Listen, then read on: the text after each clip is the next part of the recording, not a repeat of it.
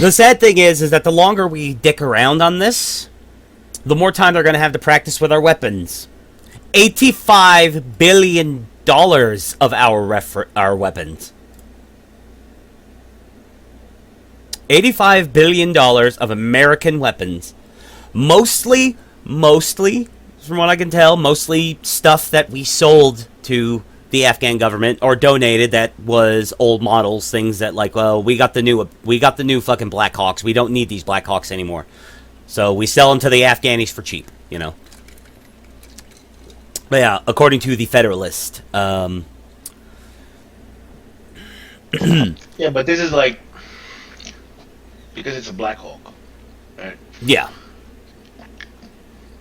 This is like if the siege of Mogadishu happened and the fucking Somalians took the Black Hawk and flew it after, you know, killing all those soldiers.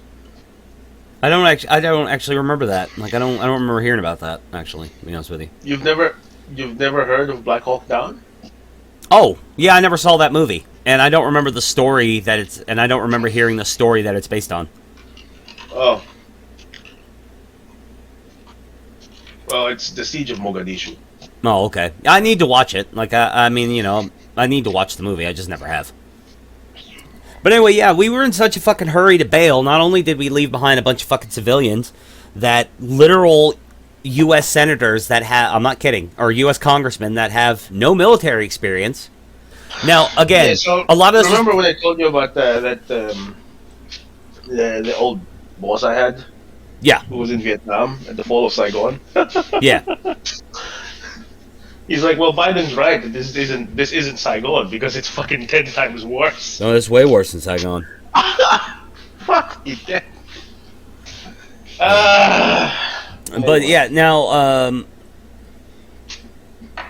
yeah, we, okay, so yeah, it is all stuff that we sold to the Afghan military that we should have destroyed as we left, but we didn't.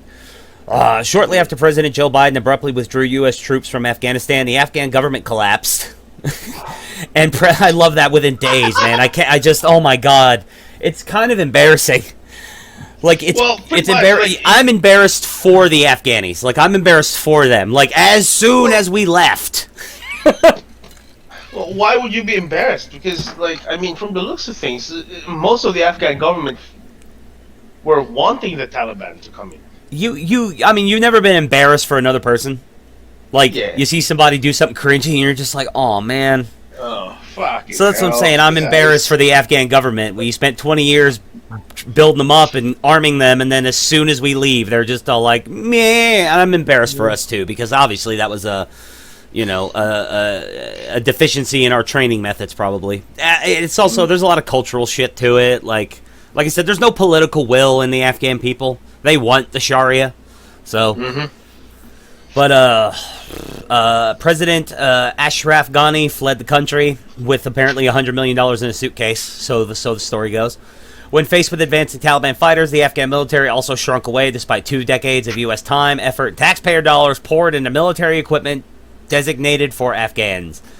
The Taliban quickly seized this bureaucratic void and took over the capital city of Kabul, where thousands of... It wasn't a bureaucratic void, though. Like, these people switched sides. Like, they wanted to switch sides for a while. Yeah, they did. Like I said, we had intelligence reports. There was intelligence reports that were coming out that it's like, no, hundreds, possibly thousands of Afghan military soldiers are going to flip to the Taliban as soon as we leave. And Biden's like, no, we didn't know this was going to happen. Thousands? Bruh. What, tens of thousands? Yeah, but they always they always like underestimate. So much for the intelligence community. Yep. Due to the negligence of this administration, the Taliban possesses... Oh, okay. Representative Jim Banks, Republican of Indiana. Fucking shout out to Indiana, red state. Love them. Warned that, due to the negligence of this administration, the Taliban possess more than $85 billion worth of U.S. military equipment, including 75,000 vehicles, more than 200,000 airplanes and helicopters... Or more than 200,000, more than 200 airplanes and helicopters, and more than 600,000 small arms and light weapons. 200,000 airplanes and helicopters only add up to 85 billion. Like, come on, man. Yeah. The Taliban Still. now has more Black Hawk helicopters than 85% of the countries in the world. So said Yep. Jim Banks. And yeah, that's a little clip, and we're not going to bother with that. But anyway, yeah, it's just I mean, he's not. Is he wrong though? No, he's not. Is he wrong, He's though? not. But like I was saying, the longer we wait to do something about this, and again, like I really hate the neocons for putting us in this position in the first place. Like, and I'm not advocating for nation building or for more wars on terror. I'm only want just go in there, fuck them up, and leave.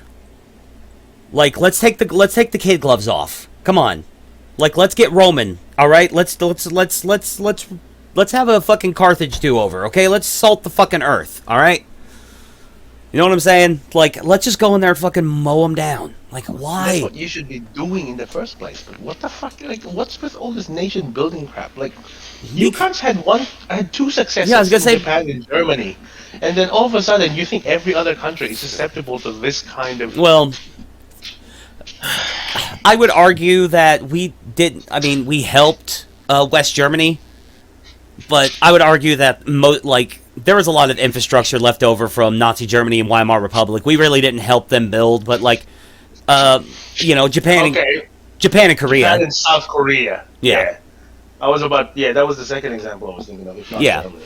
But yeah, no, But you definitely. had But we two, see. maybe three examples of Yeah, success. we And then succeed- you think that yeah. literally everyone is going to be susceptible to that. It's Yeah, like, no. Not every culture is conducive to representative You know what democracy. You know what that really says, though? That shows just how much the fucking multiculti lefty fucking diversity dream has, like how long that infection has been in the psyche of America. Yeah, exactly. Like it really, If we're going all the way back to, it really, Vietnam was the first fucking screw up. yeah, Like, keep in mind that screw up was a leftist fucking orchestration to begin with. JFK got us in there. yeah. Then LBJ escalated. Mm-hmm. Operation Rolling Thunder. Now, Rolling Thunder, I'm pretty sure was Nixon. I keep forgetting there were multiple presidents. Like, it wasn't just JFK and LBJ. I keep forgetting that Nixon was also. Nixon ended it. Yeah, yeah. But with a disastrous pullout, which people thought was like thing, but I always thought that Rolling Thunder was LBJ, but anyway, yeah. 1970 was Nixon. Okay. LBJ was the Gulf of Tonkin, though. So there's that. Ugh.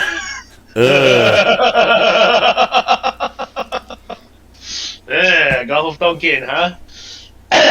Nice bit of theater you got going there, but anyway. We do what we can. We try to put on entertaining shows. What can I say? I know, right? But like, Vietnam, Iraq, Kuwait, Iran, like, fuck me dead, man. Like, this whole nation building thing is like, well, why would you? The only way you can build a nation is with people, right? Yeah. And the only way you can get people is if you actually have people that are of the same persuasion as you. Unfortunately, most Arabs aren't. Most people in the world aren't. Yeah. The kind of like, despite its problems, like the kind of democracy we have down here in Australia and up in the U.S., I don't see that working even for where I was born in the Philippines. Because the culture is just, it's similar enough that it sort of functions, but it's still way too different. Like, I really think that the best thing that could have happened to the Philippines was if we just became a state, and then the slow transformation. Yeah, as began in, Americans 1946. were able to, if you guys had become a state, then yeah, Americans would have been able to move in without passports, and it would have Americanized within a few generations. So. Within like a couple generations, Yeah. which we'll be seeing the effects. Yeah. Now. Yeah. But Well, I mean, now as it's these- and I mean, there's still a lot of that left over because you grew up speaking English, didn't you? Mhm. Yeah. Yep. You spoke English in Tagalog, right? English and Tagalog. Yeah. Okay, yeah, Yeah. yeah. So and it's just like, and I mean, granted, it's not that Americans didn't bring English there, but still, it's just, but No, Americans brought English here. Oh, did they? I thought I knew the Spanish conquered it originally, but I thought there was some British fuckery at some point. I need to just brush up on my British history. fucked around in the south, in Mindanao. Okay. They were there for 3 years before they got kicked out by the Spanish again. Oh, okay. Yeah, see, I knew there was some British fuckery in there somewhere. It was a British and Dutch adventure, and they had to launch it from Indonesia, which is to the south. So, and they thought that they could use the support of the local Muslim community because Indonesians are mostly Muslim as well. Oh yeah, they are. But no. As soon as the Spanish was done with, I don't know, I forgot what they had their attention on in Europe at the time, because I can't remember exactly when that happened. But yeah, as soon as Spanish shifted their focus back to their empire, the British and the Dutch were like, "Nope, we're out." Yeah, we gotta get out of here. We gotta fuck off for a minute. They were only in like the thing for in Mindanao for like 3 years or so, I think. Yeah.